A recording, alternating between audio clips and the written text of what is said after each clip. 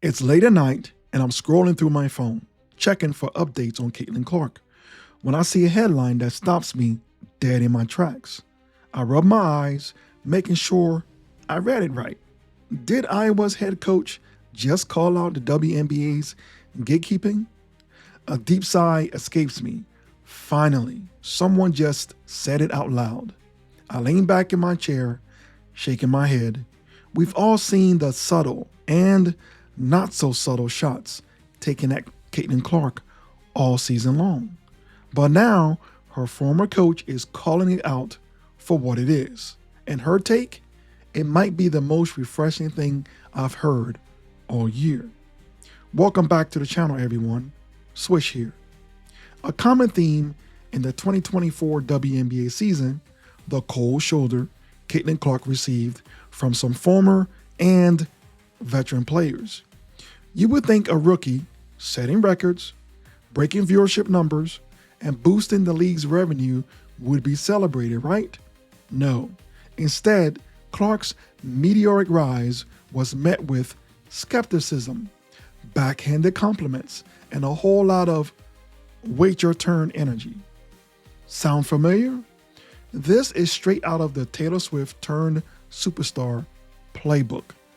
Just like how the music industry gatekeepers doubted her transition from country to pop, WNBA veterans has acted as if Clark's success somehow came at their expense, rather than being a rising tide lifting all boats. Then enter Jan Jensen, Iowa's head coach and one of Clark's biggest mentors.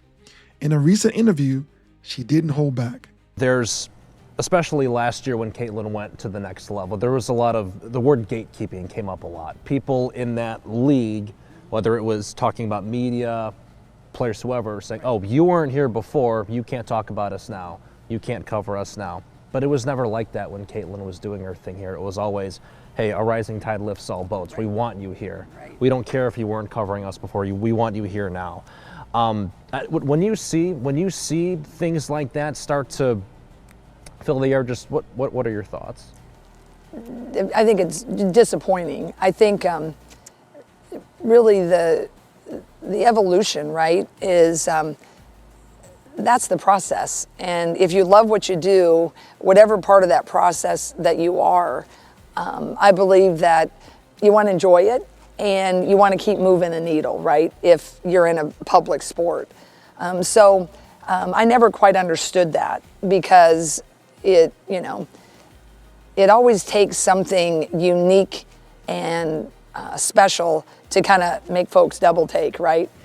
Why do you think people love Caitlin Clark, besides her skills? She can shoot threes from logo. We never seen that before. You know, why is something popular in pop culture? Well, the right people kind of like it, and then everybody starts to like it, and that's just how it works, right? So then when you have like a generational talent, like a Caitlin, and she's doing everything, that she possibly can, and doing it with such flair. She's doing stuff we've never seen before.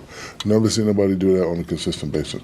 There's a lot of girls in WNBA that have done it in spurts, but that game I'm watching y'all in the Final Four, I'm like, damn, like, and I was a hater because I'm down. She was like, she's not gonna hit that shot, and bam, like, damn, she's not gonna hit that shot, man. Like, if I say 10 times you're not gonna hit the shot and you hit the shot, that means you're the truth. When that was met with, hold on, wait, no, you can't, or where were you then?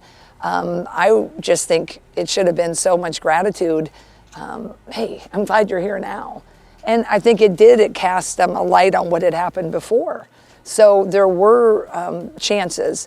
One good example, Lynette Woodard, right? She got a really nice moment in the sun where maybe a lot of people really didn't understand what she had done.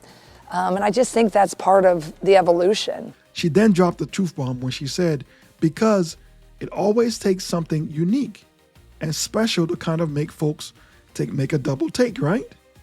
Why is something popular in pop culture? Well, the right person likes it, and then everyone else starts to like it.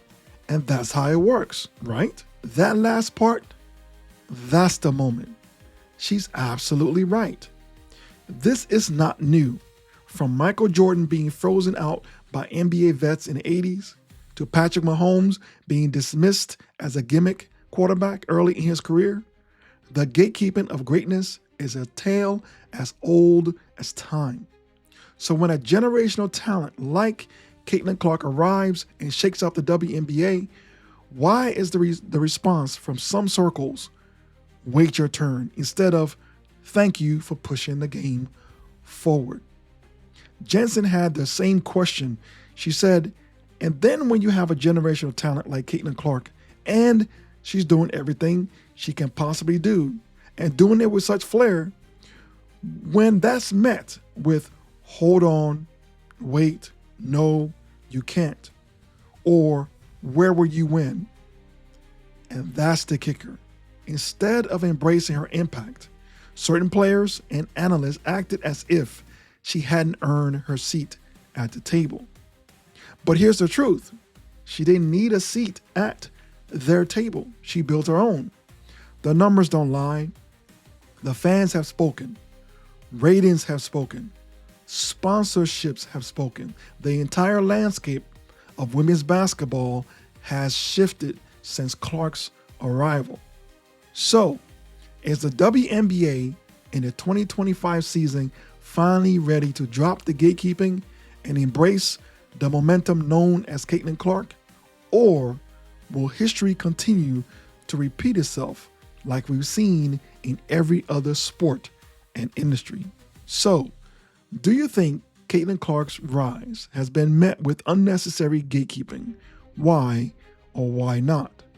What more can the WNBA do to embrace players like Clark who elevate the game instead of pushing them back?